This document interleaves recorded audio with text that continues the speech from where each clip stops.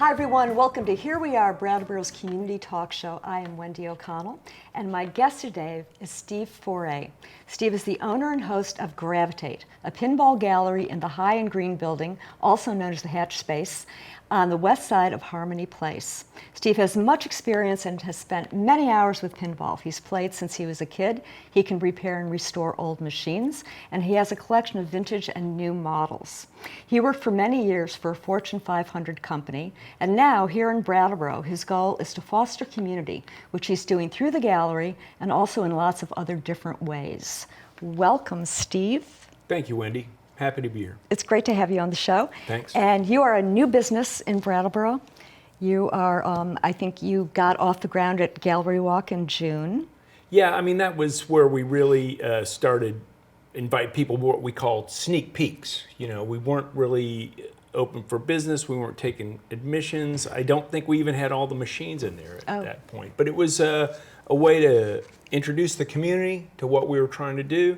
A big part of my goal in getting the place open was finding this community, like you say, of people that care about pinball, that love pinball. Mm-hmm. And at least so far, I think that's working out very well. That's so great, because I think a lot of people are going to come out of the woodwork, frankly. There are a lot of older guys, my husband being one of them. We're still finding fans, you know. Yeah. I had a new fan come in last night with his daughter, and I think he was a lot more into it than his daughter was, but they both had a good time. It's nice still, like you say, still finding people that are discovering us, either people talking about it in town or online. How many machines do you have there? There's 16 in the gallery right now. That's about all we have room for. I think you visited, and it's pretty tight in there. But we have another space in the same building. It's a workshop where we do restorations and repairs. I've had that space now for over a year. We just completed our first year in there, and that's really where I started out letting people come in to play pinball for free on Gallery Walk. We started that last fall. Didn't publicize it or anything, but it was sort of, if you discovered it, you know, you could find a place to play pinball. And that's one of the things that kind of motivated me to keep searching for a larger space. And that worked out really well, I think. This space we have right now, I feel very lucky to be in that location. It's a great location. It's so central. Yeah. We're surrounded by everything, you know. I like the emphasis being just pinball. Yeah. I have people, you know, tell me that I should sell beer, you know, and food and whatnot. But I like that it's really just about pinball. You know? We're not a pinball lounge. We don't have any place to sit. We're not a barcade or a pub with pinball. We're just about people that want to come in and play. There are so many other places downtown that cater to these other things. Right. And I certainly don't want to be involved in that. So, and you know, I think another big motivation, I love telling people this, I created the place I wanted to visit. When I was thinking about how I wanted things in here, it was, well, what would I want if I was going to come to this place? Yes, that's right. Because you spent some time behind a pinball machine. Of course. Kids under 18 have to come in with an adult. Is that correct? Yeah, I decided way back we don't really allow unaccompanied minors. And, you know, a lot of this is, I don't want to have this place be, you know, something that parents would think of as going to contribute to some kind of delinquency. You know, I don't want to get phone calls from a parent who's like, well, my kid wasn't at soccer practice or didn't go to their violin lesson and they were at your place. Yeah. No, if your kid was at our place, they were with an adult. And, you know, hopefully everything's on the up and up. I mean, that's a big part of the motivation. You know, a lot of the people that are really into pinball tend to be older anyway, tend to be more my age. Oh, really? I think by and large, that's at least half our business, I think, is people over 50. And these are people that grew up with pinball like me. Right. And they remember it fondly with nostalgia. You know, I had a lady telling me she couldn't believe how quickly she remembered how much she liked it after not playing for decades. Yeah. You know, and that's a great experience when people rediscover the fun of it.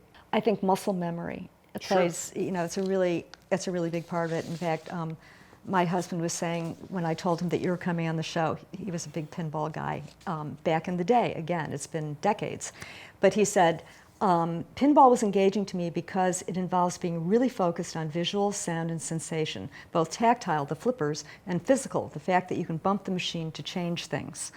So there's a kinesthetic piece to it. Everybody has their own style of that too. I mean, Yeah. speaking for myself, I know my right leg tends to go up in the air, and so I have to be kind of careful with that. But everybody has their own way of moderating, how you decide to influence the machine. And you mentioned muscle memory. I think another thing that is so exciting about pinball for people is the anticipation of it. You anticipate the ball headed toward the flipper. You anticipate, in a multi-ball, there's all kinds of balls, and you're trying to figure out where all of them are going, and Right. it's that doesn't happen in a lot of other kind of physical Yes. interaction games. Yes. Did you mention that you were thinking of designing more of a digital kind of game? Yeah, I mean, I wanted to design video games when I was Right. in my 20s, before I got involved in other kinds of technology. But that was, because I played them, Yeah. and I thought it would be fun to work on them. Yeah. And, that aspect of my career never really took off. I ended up doing other things Yeah. in technology. It was something that really attracted me. But at the same time, I mean, I knew as much as I like to play video games, I also enjoyed pinball probably a lot more. And you're using more of your senses with pinball, right? Yeah. Yeah. It's, And you're up and moving. Right. Yeah. It's like you say, it's a very kinesthetic game. It's a muscle memory. For some people, it's just something that draws you in. This battle against gravity. Yeah. You know, you have to lose it. There's no way around that. But that time that is spent trying to keep that ball going as long as possible, for some people, it's everything. It's captivating. Yeah. It really does. Yeah. It's addictive. I think you mentioned when you were younger, you would go past some kind of a store that had a pinball machine, and you'd go in and play a game, right? Right. Well, and even if I didn't have time to play right then, maybe I was on my way to work or something. Well, I'm going to remember this place. I'll be back later. Right. Or I'm going to make sure I get gas here again next time because it's got that great pinball machine. I think the allure of pinball, there are many facets to it. And one is, as you said, it's all about keeping the ball in play. And the physics of it. The physics and, the design. There are so many different ways to design a pinball machine. And there are some designs that just maintain their popularity even to this day. I mean, there's a few machines in my place that real pinheads, is what we call ourselves, Yep. travel, some distance just to see it and just to play it because Yeah. it's not easy to find one like that, Yeah. or maybe in that particular condition. Mm-hmm. Certain designs are really prized by collectors. They're prized by players. Mm-hmm. They're prized in tournaments because they have kind of a certain geometry to them it's very enjoyable for the player, and it's very memorable because the game has a sort of resonance that's easy to find and easy to hit the things that you care about, but not too easy. You don't want it to be boring. It has that essential, It's riding an edge, right? Right. Between a Yes. challenge and drawing you in. You want it to be challenging enough so that you don't get bored, Yeah. but you don't want to be overcome by that's just so impossible. I Right. can't ever, Right. make that shot. But to have it So- always be a challenge. Right. Some of the best pinball designers were also very avid players. Uh-huh. And that informed their designs. Yeah. The kind of things they wanted to play in a machine, those things came to life. In terms of playing the game, can you talk about tilting? I think tilting is something that we're always going to have with us. It's important. It's basically a guardrail. Uh-huh. That's what you got to think of it as. We're all going to be prone to getting excited with the game, especially when it gets really challenging. Maybe there's a lot of balls in play at once. And the tilt is a way of reminding us, no, you can't go that far. Yes. And then you can lose points, right? If You that can happens. lose points. You can the ball is canceled, it drains, and then everything that you had going in that ball is over. Yes. It's kind of like I'm trying to think of the right analogy. I get it's like in baseball, the pop fly, the sacrifice fly. The batter hits catcher, and the play's over. You're done. That's what happens when you tilt. It's like the pop fly. There is history Sure. of pinball. It goes way back. It was. I've read that machines are simpler now than they used to be. That there are fewer flippers. Yeah, I can see that. Yeah. I have nothing to base this on except what I read. I mean, I know. I've seen some really early pinball games where it didn't seem like the flippers were so much as to keep the ball in play. It was just to kind of make it last a little longer. I don't know. I mean, it wasn't such an essential part of the game. I think it became an essential part of the game, and especially the classic 2 or maybe 3 flippers at the bottom. That came later. Yeah, and it was prohibited in New York City for a couple decades. Right. That was part of the, probably somewhat seedy, reputation of pinball. It had associations with crime and gambling. I think that the people of New York City, the authorities there took that prohibition against gambling too far in making pinball illegal. It stayed popular almost everywhere else in the country while it was illegal in New York City. Right. And a real passionate lawyer in New York City, Mr. Sharp, took this case on and argued and convinced the judge to invalidate this law. He convinced the judge that pinball was a game of skill. It could not be a gambling game. It requires skill, so it shouldn't be prohibited. So he won that case. He won that case, and you can now play pinball on the island of Manhattan. Thanks to Roger Sharp.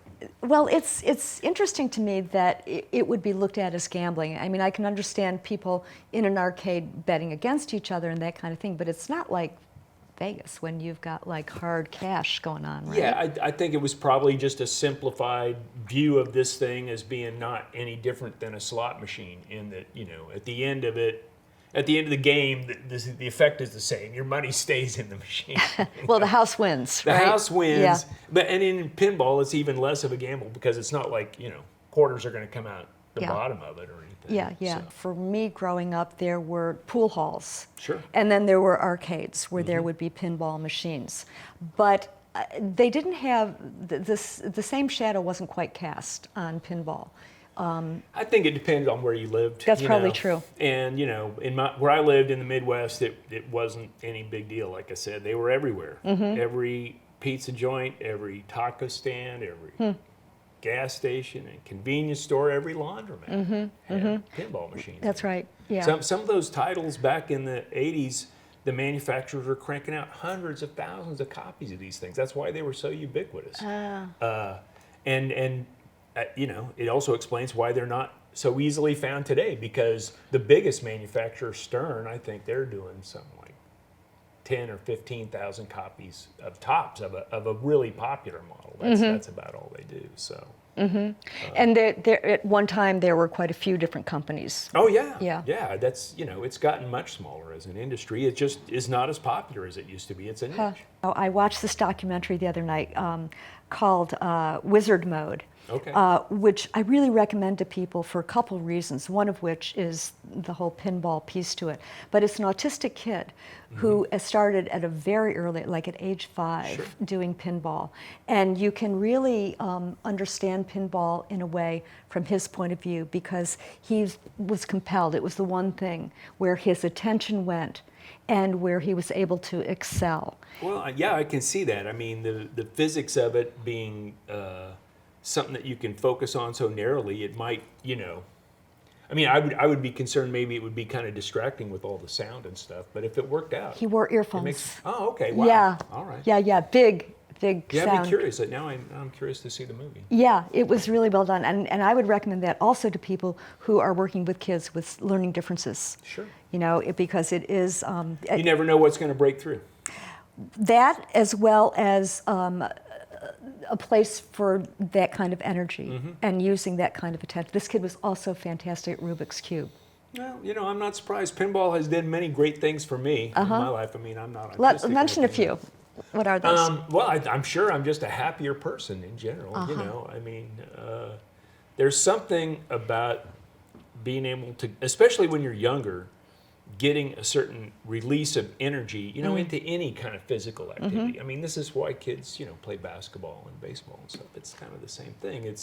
It's a release of physical energy into something that's generally harmless, and it can actually be fun. It can, if you do it really skillfully, it's exciting and thrilling. Yeah. So I mean, I have one game in the gallery that I recommend to people who aren't really sure what they want to try, or they're not really sure what looks fun. There is a lot of machines down there.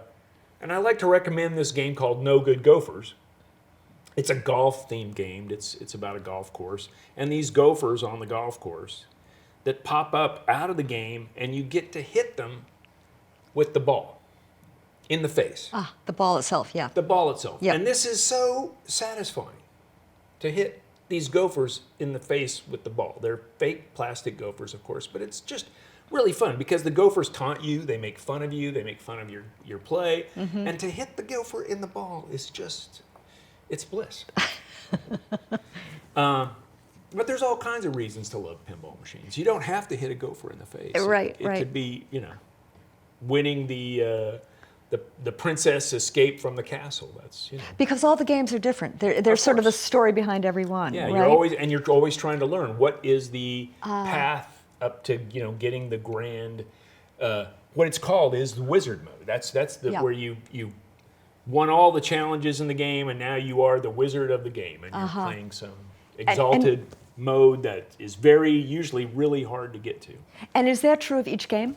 There's a wizard mode? A lot of the more recent ones have it. I don't know that the earlier games had it so much, but starting around the 90s, 2000, that's when games kind of started getting these very complicated, deep layers of levels and challenges that you had to complete. So there was more complexity. Sure. I mean, and one of those things that the designers knew would drive repeat play, always trying to push yourself to get, closer to that wizard mode. Oh, I almost made it. Well, right. So there's that challenge inherent in every single game you play.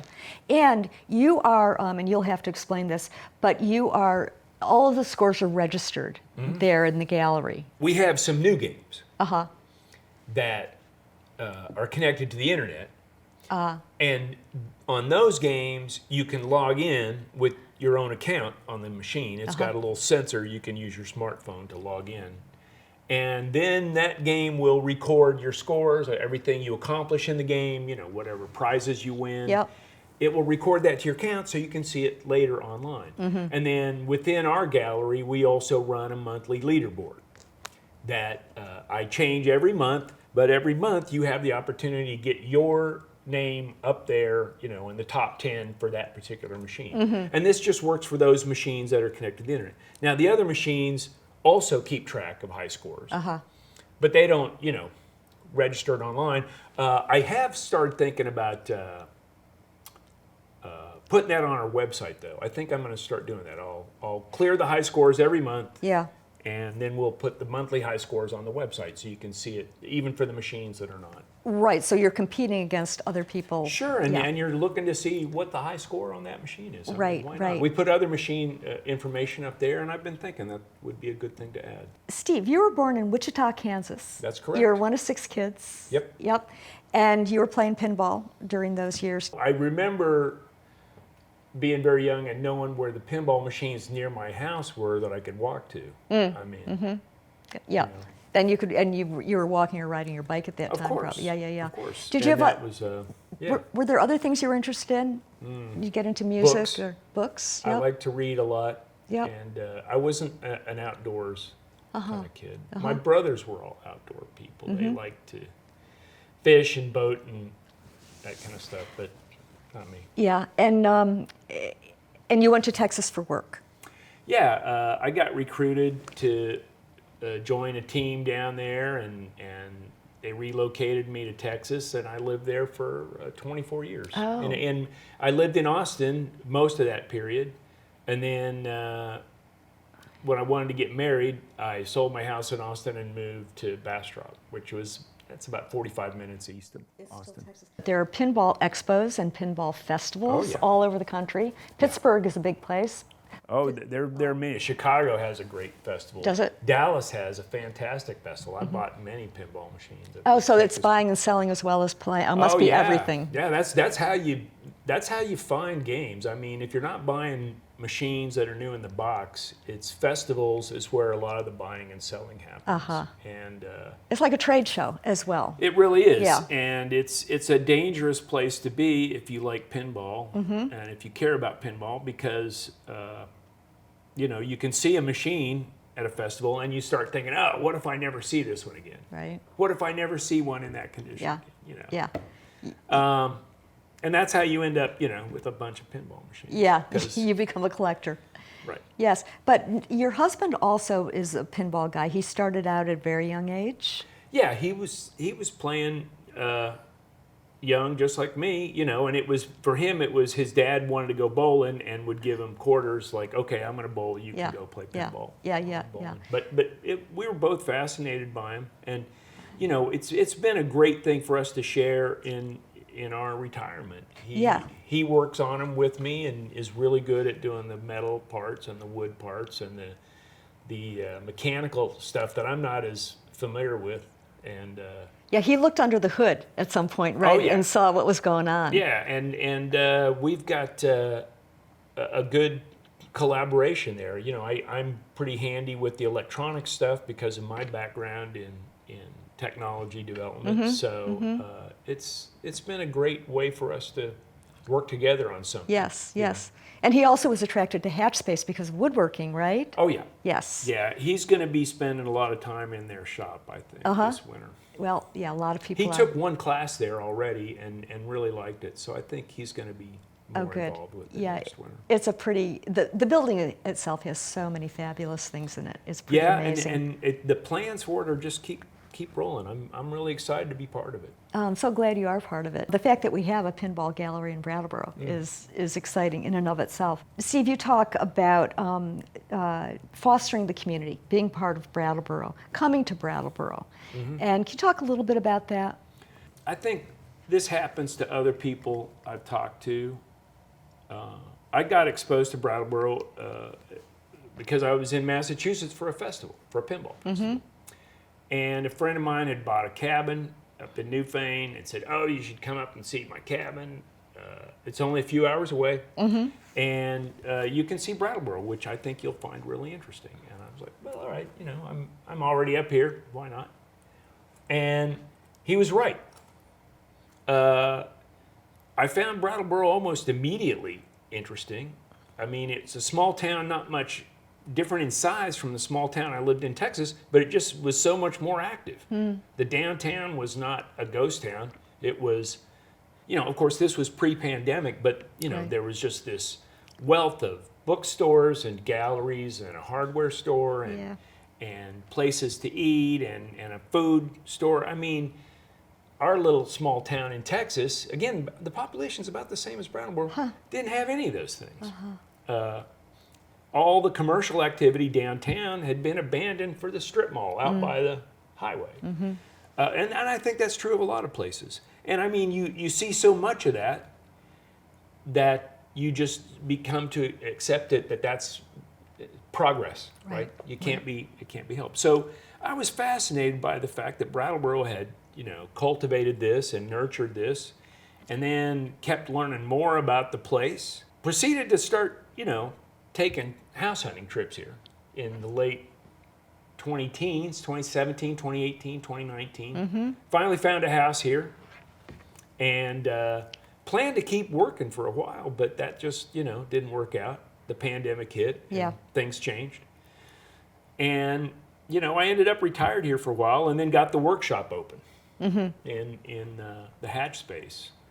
But had kept looking for this other opportunity. So, and I remember one of our house hunting trips, I said, well, we're going to try to look at Brattleboro skeptically. Let's try to find something we don't like about moving up there. And I scheduled that trip in particular during the dead of winter. It was at the end of December. That'll do it. Right.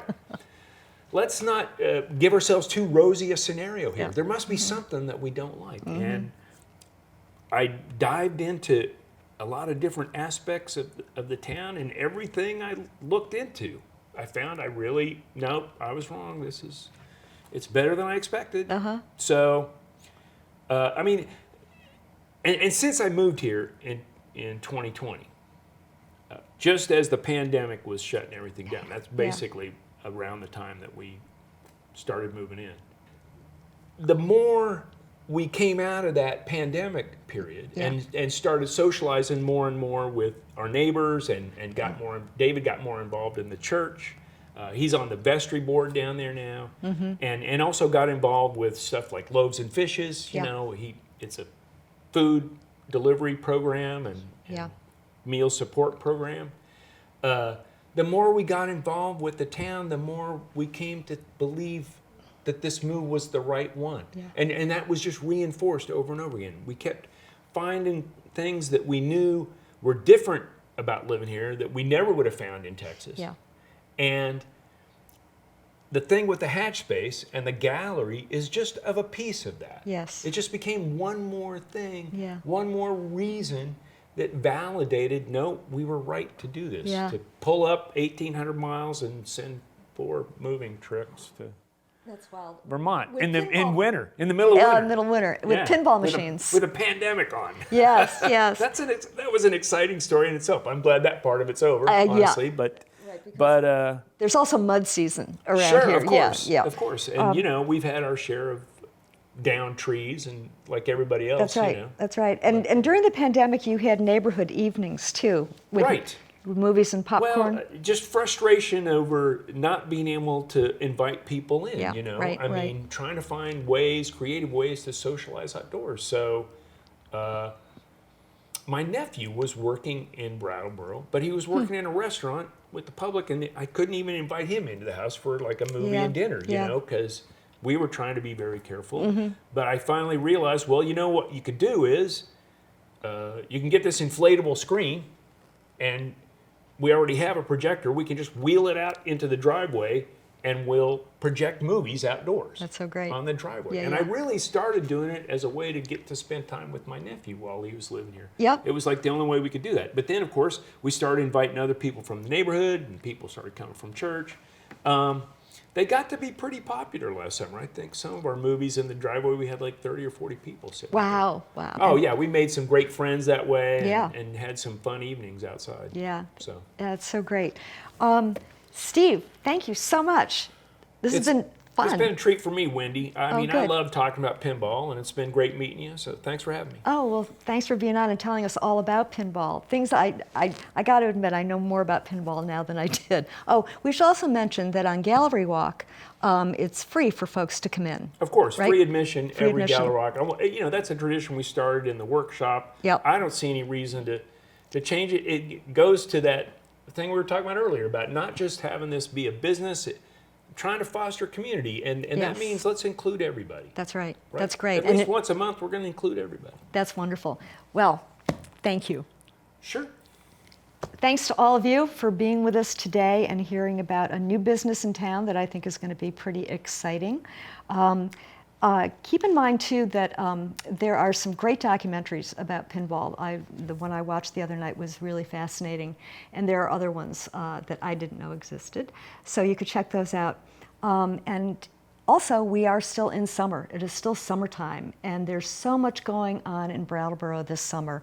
I think every summer it feels like the ante gets upped, and keep your radar on Stone Church, Epsilon Spires, the Retreat Farm, Gallery Walk. There are just so many things going on. The Commons and the Reformer do a great job in their calendars telling us what's happening.